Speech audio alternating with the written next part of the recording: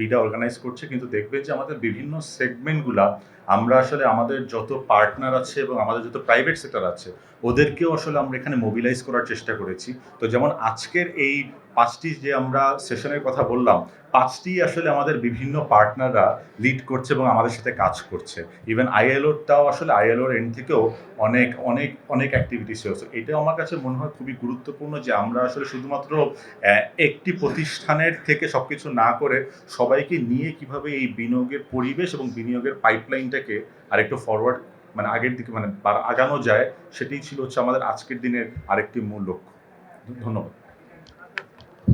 কিছু সমস্যা ছিল, যেই সমস্যাগুলো সমাধানের আগে আসলে তারা আরো নতুন করে এই সিনথেটিক্স বা এই হাই ভ্যালু গার্মেন্টস আসলে ওনারা ইনভেস্টমেন্ট করতে পারতেন না। আপনারা কয়েকজন কিছুদিন আগে কেএপিজেডে গিয়েছিলেন, দেখবেন যে ওখানে এখন ওনারা নতুন একটি সিনথেটিক্স একটি ফ্যাক্টরির একটি পোর্শন বা একটি লাইন খুলেছেন। তো ওখানে এই হাই ভ্যালু গার্মেন্টসগুলো ওনারা এখন থেকে এখানে প্রোডাকশন করছে, যেটা অবশ্যই এরকম হাই মার্জিন হবে। এর সাথে আমি আপনাদের আরেকটি কথা বলি, গতকালকে আমরা যে 100 যেই ডিলটা আমরা সই করলাম এমওইউ, সেখানেও একটি বড় একটি ইনভেস্টমেন্ট ওদের ছিল হচ্ছে এই সিনথেটিক গার্মেন্টসের উপরে।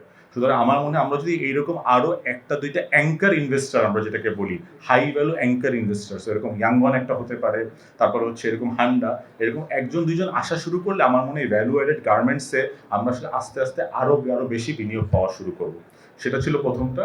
আর আপনার এনবিআর নিয়ে আমার মনে হয় যে এই এই প্রবলেমটা আসলে আমরা যখন আমাদের বিডা থেকে 200-র বেশি ইনভেস্টরের সাথে কথা বলি, তখন ওদের মূল 5টা প্রবলেমের মধ্যে একটি ছিল এই আপনার বিভিন্ন সরকারি প্রতিষ্ঠান, শুধু এনবিআরই বলবো না, বিভিন্ন সরকারি প্রতিষ্ঠানে ওদের অনেক সময় লাগে বা অনেক হ্যাসেল হয় জিনিসপত্র বের করতে।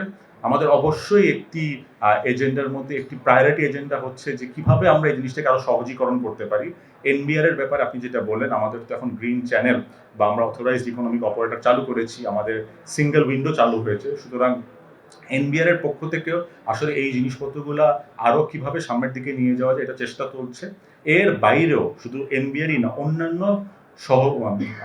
সরকারি প্রতিষ্ঠানগুলোর সাথেও বিডা কিভাবে কাজ করে মোর লাইক ওই যে ওয়ান স্টপ সার্ভিস, যেটাকে একেবারে ডিজিটাল না, ম্যানুয়ালি, যাতে করে আমরাই আসলে এই জিনিসপত্রগুলোকে ইনভেস্টরদের জন্য খুব সহজ করে দিতে পারি, সেটার জন্য কাজ চলছে। আমার মনে হয় আরো কিছুদিন আপনারা দেখবেন যে এই জায়গাটাতে আসলে আমরা মনে হয় আমরা ইনভেস্টরদেরকে আরেকটু খুশি করতে পারবো।